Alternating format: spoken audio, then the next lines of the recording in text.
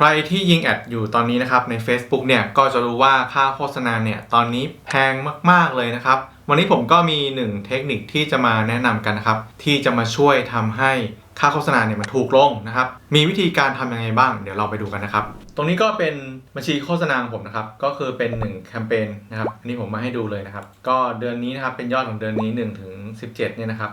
ก็เดือนนี้เนี่ยขายไป340ออเดอร์นะครับต้นทุนต่อการซื้อเนี่ยนะครับ22 บาทนะครับ22 บาทถูกไหมก็สำหรับผมเนี่ยตอนนี้ก็โอเคเลยครับจ่ายไป 7,000 บาทนะครับแล้วขายได้170,000นะครับจ่ายไป 7,000 นะครับขายได้170,000ก็กำไรเนี่ยก็พอสมควรนะครับก็ถือว่าใช้ได้นะครับงั้นเดี๋ยววันนี้ผมจะมาแชร์เทคนิคนี้นะครับว่าตัวแคมเปญนี้นะครับผมทำยังไงถึงได้ยอดแบบนี้มานะครับติดตามกันนะครับ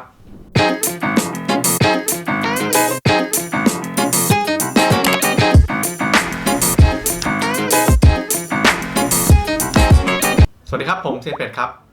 ช่องผมแนะนำการหาเงินออนไลน์นะครับผมจะอัปโหลดวิดีโอทุกวันอังคารและวันพฤหัสถ้าไม่อยากพลาดเทคนิคการหาเงินออนไลน์ใหม่ๆอย่าลืมกด Subscribe นะครับแล้วก็กดกระดิ่งแจ้งเตือนกันไว้นะครับจะได้ไม่พลาดสำหรับใครที่มีปัญหานะครับหรือว่าอยากจะสอบถามเรื่องราวนะครับเนื้อหาที่ผมสอนไว้ในคลิปนี้เนี่ยสามารถแอดไลน์นะครับหรือว่า inbox เข้ามาคุยกันใน Facebook Fanpage ของผมได้นะครับโอเคครับเดี๋ยววันนี้เราไปดูกันเลยนะครับว่าเทคนิคที่ผมใช้ในการทำให้ค่าโฆษณามันถูกลงนะครับแล้วก็ขายได้มากขึ้นเนี่ยมีอะไรบ้างนะครับซึ่งเทคนิคที่ผมจะเอามาแนะนำกันเนี่ยนะครับมันเรียกว่าการที่เราเก็บอีเมลนะครับผมใช้ Funnel ในการเก็บอีเมลซึ่งตัว Funnel เนี่ยนะครับผมก็ใช้ funnelbank.com นะครับซึ่งเป็นเว็บไซต์นะครับที่ให้บริการในการทำ Funnelใครที่ยังไม่รู้จัก Funnel นะครับก็ลองดูคลิปนี้ให้ดีๆนะครับว่ามันมาช่วยอะไรเราได้บ้างนะครับซึ่งการที่ผมทำเนี่ยนะครับผมก็ใช้สิ่งที่เรียกว่า Lead Magnet นะครับ Lead Magnet เนี่ยมันคืออะไรนะครับลองนึกภาพว่าเราจะขายของเนี่ยจู่ๆเราจะไปบอกว่าซื้อสินะครับเราหวังว่าให้เขาจะมาซื้อของเลยเนี่ยมันเป็นไปไม่ได้นะครับดังนั้นเนี่ยเราก็จะต้องมีสิ่งที่เรียกว่าดึงดูดนะครับดึงดูดคนที่เป็นกลุ่มเป้าหมายของเราเนี่ยนะครับเข้ามาแล้วจะดึงดูดเขาด้วยอะไรดีนะครับแน่นอนครับเราก็ต้องรู้ก่อนว่าเขามีปัญหาอะไรแล้วเราเนี่ยสามารถไปช่วยแก้ปัญหาอะไรให้เขาได้บ้างนะครับคือจะไม่ใช่เรื่องของการแจกของฟรีหรือว่ามีของแถมให้เสมอไปนะครับแต่ว่าเราก็ต้องเข้าใจลูกค้าก่อนนะครับว่าลูกค้าเนี่ยมีปัญหาอะไรแล้วเราเอาสิ่งที่จะช่วยเขาเนี่ยนะครับไปยื่นให้เขานะครับผมยกตัวอย่างง่ายๆนะครับสมมุติว่าผมมีเครื่องมือนะครับในการที่จะช่วยทำให้ยอดขายใน Shopee เนี่ยมันเพิ่มขึ้นนะครับทีนี้ผมจะขายเครื่องมือตัวนี้เนี่ยผมจะทำยังไงให้คนขาย Shopee เนี่ยมาสนใจผมนะครับผมก็จะดึงดูดด้วยการที่ผมเสนอว่าผมจะสอนฟรีนะครับเป็นฟรีคอร์สออนไลน์นะครับหรือว่าจะเป็นการทำหนังสือขึ้นมาเพื่อขายในราคาที่ไม่แพงมากนะครับอย่างเช่นแจกหนังสือฟรีแต่คิดค่าส่งตัวแบบนี้ก็เรียกว่าเป็นสิ่งที่ดึงดูดร่อใจคนที่ขายของใน Shopee เนี่ยให้มาสนใจผมละนะครับผมก็จะตั้งหัวข้ออย่างเช่นนะครับเทคนิคนะครับในการสร้างยอดขาย7 หลักใน Shopee เรียนรู้ฟรีนะครับเพื่อแลกกับอะไรผมก็จะเอาสิ่งนี้นะครับมาดึงดูดคนนะครับแล้วก็แลกกับตัวอีเมลหรือว่าเบอร์โทรนะครับซึ่งฝรั่งเนี่ยเขาเรียกว่า opt in ก็คือขออีเมลนะฮะแต่การที่เราจะให้อีเมลให้เบอร์โทรกับคนอื่นเนี่ยนะครับแน่นอนว่ามันจะต้องแลกกับอะไรบางอย่างที่มันคุ้มค่าพอนะครับเพราะว่าคนเราเนี่ยก็จะค่อนข้างห่วงเรื่องของความเป็นส่วนตัวนะครับเรื่องเบอร์โทรเรื่องอีเมลเนี่ยถือว่าเป็นความส่วนตัวนะครับอีเมลเนี่ยอาจจะไม่ค่อยเท่าไหร่แต่เบอร์โทรเนี่ยนะครับก็บางคนเนี่ยนะครับก็ห่วงเพราะว่าเขาก็ไม่อยากจะมีคนโทรมาขายของหรือว่าได้ SMS ที่ไม่พึงประสงค์ประมาณนี้นะครับดังนั้นเนี่ยสิ่งที่จะเอามาดึงดูดกลุ่มเป้าหมายเนี่ยจะต้องมีค่าพอที่เขาจะแลกซึ่งตรงนี้ก็สำคัญนะครับก็จับใจความให้ได้นะครับว่าสิ่งที่จะเอามาแลกเนี่ยจะต้องมีค่าพอที่เขาจะให้เบอร์โทรให้อีเมลเราไปมีค่าพอเพราะว่าอะไรนะครับก็เพราะว่าสิ่งนั้นเนี่ยจะมาช่วยแก้ปัญหาที่เขาประสบอยู่ตอนนี้คนเนี่ยอยู่ในภาวะที่รู้สึกว่ามีความทุกข์แล้วเขาอยากจะได้อะไรที่มาแก้ความทุกข์พาออกไปสู่ทางพ้นทุกข์เนี่ยทำยังไงนะครับตรงนี้เนี่ยก็คือหัวใจของการที่เราสร้างสิ่งที่จะมาดึงดูดหรือว่าสิ่งที่เอาเรียกว่ามันล่อนะครับมาล่อให้คนเนี่ยเข้าไปติดฝรั่งเนี่ยเขาเรียกว่าเบสนะครับก็คือเป็นเหยื่อล่อนั่นเองนะครับซึ่งพอที่เขาใส่ชื่ออีเมลเบอร์โทรเรียบร้อยเนี่ยเราก็จะพาเข้าไปสู่หน้าของ thank you นะครับ thank you เนี่ยก็คือหน้าขอบคุณนั่นเองซึ่งหน้าขอบคุณเนี่ยนะครับ เราจะไม่ปล่อยไว้เฉยๆนะครับสิ่งที่เราจะทำก็คือเราจะให้เขาแอดไลน์มาแล้วก็พาเขาเข้าไปสู่ใน Facebook Group นะครับเหมือนกันนะครับการที่เขาให้อีเมลให้เบอร์โทรมาแล้วเนี่ยนะครับเราก็สามารถบอกเขาว่าสามารถเข้ารับชมคอร์สฟรีได้ใน Facebook Group หรือว่า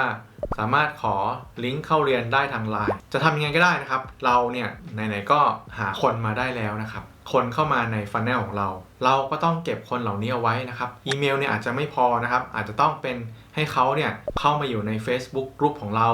เข้ามาอยู่ใน LINE Official Account ของเรานะครับซึ่งประโยชน์ของมันก็คือเราก็สามารถนะครับใช้คนที่อยู่ใน Facebook Group ของเราเนี่ยนะครับไลฟ์ไปเลยครับไลฟ์ให้ความรู้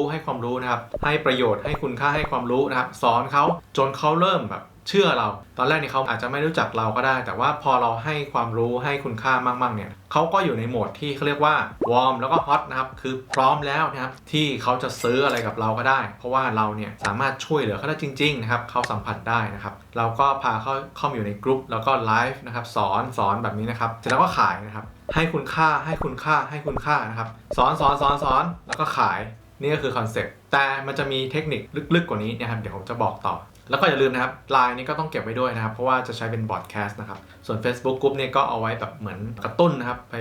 ให้เขาเนี่ยได้รับรู้นะครับคุณค่ามากนะครับจนวันนึงเนี่ยเขาก็รู้สึกว่าสนิทกับเราแล้วนะครับเขารู้สึกว่าเราเนี่ยเชื่อถือได้นะครับแล้วก็ขายสเต็ปจะเป็นแบบนี้นะครับเนี่ยพอเราเก็บคนเข้ามาในนี้ใช่ไหมครับพอเราจะขายเนี่ยนะครับเราก็พาเขาเข้าสู่นะครับหน้าขายของเลยนะครับแต่ตอนแรกเนี่ยเขายังไม่รู้จักเราเนี่ยนะครับเราก็ต้องทำความคุ้นเคยกันก่อนเสร็จแล้วค่อยขายนะครับสเต็ปนี้นะครับทีนี้เนี่ยสิ่งที่เราจะได้เนี่ยนะครับก็คือขายคนในกลุ่มเนี่ยนะครับตรงนี้เนี่ยเราไม่เสียค่าโฆษณานะครับคือเราจะเสียค่าโฆษณาตอนแรกตอนเริ่มต้นนะครับตอนที่จะให้คนมา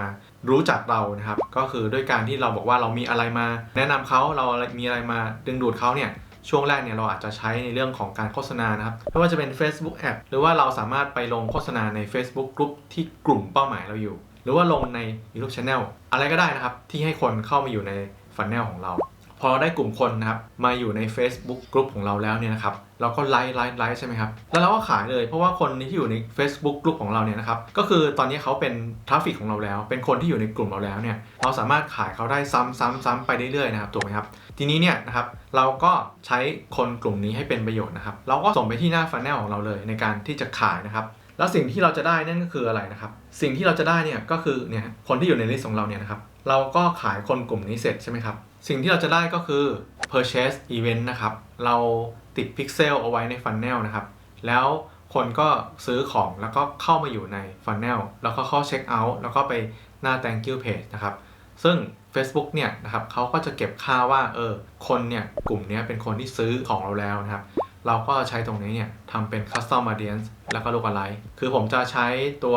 audience เนี่ยก็คือมี4ประเภทนะครับ4 audience นะครับเดี๋ยวผมจะให้ดูตัวอย่างนะครับaudience ประเภทแรกเนี่ยก็คืออีเมลที่เราเก็บเอาไว้เนี่ยนะครับอีเมลที่เราได้จากหน้า opt in เนี่ยนะครับเนี่ยหน้า opt in เนี่ยนะครับก็คือเราจะได้เป็นอีเมลมานะครับพอได้เป็นอีเมลมาแล้วเราก็ทำเป็น custom audience แล้วก็ทำ lookalike audience นะครับเพื่อที่จะเอาไว้ลงโฆษณาใน Facebook ถัดไปนะครับอีกกลุ่มนึงก็คือกลุ่มคนที่อยู่ใน Facebook Group กับ LINE นะครับของเราเนี่ยเราก็เอามาทำ audience แล้วก็ lookalike ได้นะครับต่อมาเนี่ยนะครับเราก็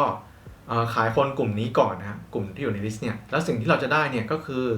กลุ่มที่ซื้อสินค้าเราถ้าเป็นใน Facebook เนี่ยเขาจะเรียกว่า purchase เป็นอีเวนท์ที่คนเนี่ยมาซื้อสินค้าเราแล้วก็เราก็จะทำ audience ของคนกลุ่มนี้นะครับเพื่อที่จะทำ lookalike audience นะครับก็คือตอนแรกเนี่ยมันก็จะมีคนที่ยังไม่ซื้อก่อนนะครับก็คือคนที่ให้อีเมลเรานะครับแล้วก็คนที่เข้ามาอยู่ใน Facebook กลุ่มของเราเนี่ยเสร็จแล้วเนี่ยพอเราเขาเรียกเหมือนกลวยครับเหมือนกลวยมันกว้างใช่ไหมครับเราก็เอาจากด้านบนเนี่ยนะครับคนที่ยังไม่ซื้อเนี่ยลงมานะครับสุดท้ายเนี่ยปลายกลวยเราก็จะได้สิ่งที่เรียกว่าคนที่ซื้อแล้วก็เราก็ใช้ตรงนั้นนะเป็นเชื้อตั้งต้นในการทำ lookalike audience นะครับในการยิงโฆษณาและมันก็จะแม่นมากนะครับทำไมถึงจะต้องใช้สิ่งที่เรียกว่า lead magnet หรือว่าของฟรีหรือว่าของอะไรที่มันเอามาล่อนะครับเอามาดึงดูดให้กลุ่มเป้าหมายเนี่ยเขามาสนใจนั่นก็เพราะว่าเราจะได้กรองนะจะได้กรองคนโดยธรรมชาติว่าเขาสนใจสิ่งนี้นะแล้วเขาคือกลุ่มเป้าหมายที่เราต้องการมันก็คล้ายกับการที่เราทำวิดีโอนะครับเพื่อที่จะดึงดูดใครบางคนเข้ามาเนื้อหาในวิดีโอเนี่ยบอกว่ากำลังคุยกับกลุ่มเป้าหมายอยู่แล้วเราก็ใช้วิดีโอตัวนั้นเนี่ยเพื่อที่จะทำเป็น Custom Audience คนที่ดูวิดีโอ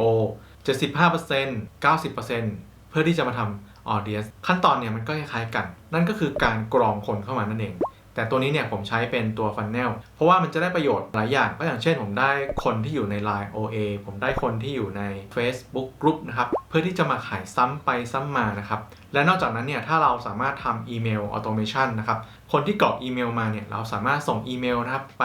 ให้เขานะครับรับรู้นะครับเปิดอ่านแล้วก็สามารถขายคนกลุ่มนี้ได้ซ้ำๆไปจะเห็นว่าเรามีอีเมลเรามี Line Official Account เรามี Facebook Group นะครับทีนี้เนี่ยพอเราสะสมไปมากขึ้นนะครับทีนี้เราก็ไม่ต้องกลัวแล้วว่า Facebook Account ของเราเนี่ยจะโดนแบนหรือว่ามีปัญหาในการยิงแอดหรือเปล่านะครับเราก็ขายคนกลุ่มเดิมซ้ำๆเนี่ยแหละครับนี่ก็คือประโยชน์ของการใช้ Funnel นะครับต่อไปเนี่ยเดี๋ยวผมจะมาทำตัว Opt-in Funnel ให้เพื่อนๆดูกันนะครับโดยผมใช้เครื่องมือที่ชื่อว่า Funnel Bank นะครับดูว่า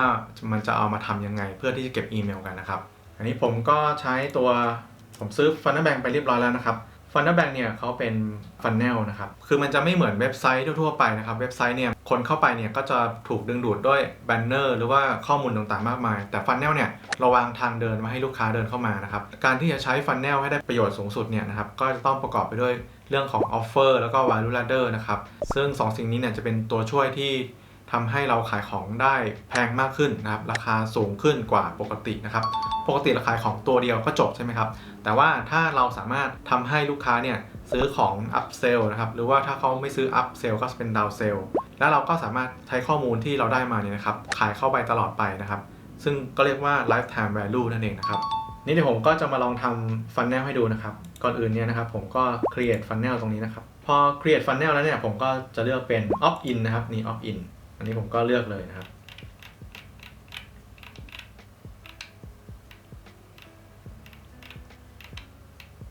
ผมชอบอันนี้ใช่ไหมครับผมชอบอันนี้ผมก็เอาอันนี้นะครับเอานี้แล้วกันนะครับนี่ผมก็ตั้งชื่อเลยนะครับอันนี้ผมตั้งชื่อเล่นๆดูนะครับนี่ครับตั้งชื่อเลย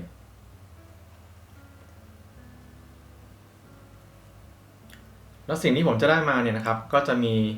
นะครับ1 2นะครับเนี่ยตรงนี้เนี่ยก็คืออันนี้นะครับนี่นะครับ lead magnet opt in thank you นะครับนี่ผมจะทำให้ดูเลยนะครับสมมติว่าผมจะแจกฟรีนะครับ